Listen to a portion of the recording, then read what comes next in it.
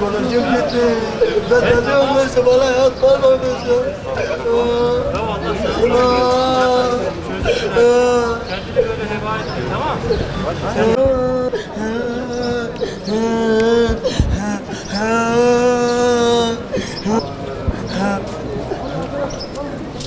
Hadi beklemeyin arkadaşlar. Bir şey yok ya arkadaşlar. Ayrılın bakın sosyal.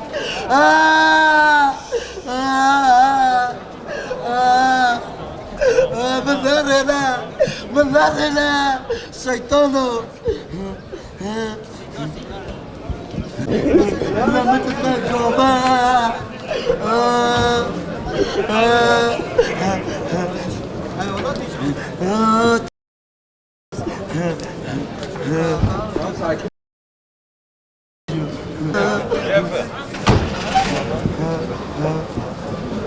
زينونو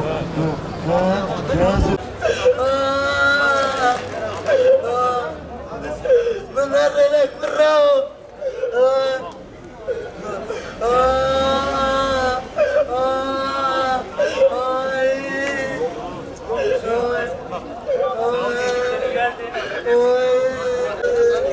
Ana sana kadar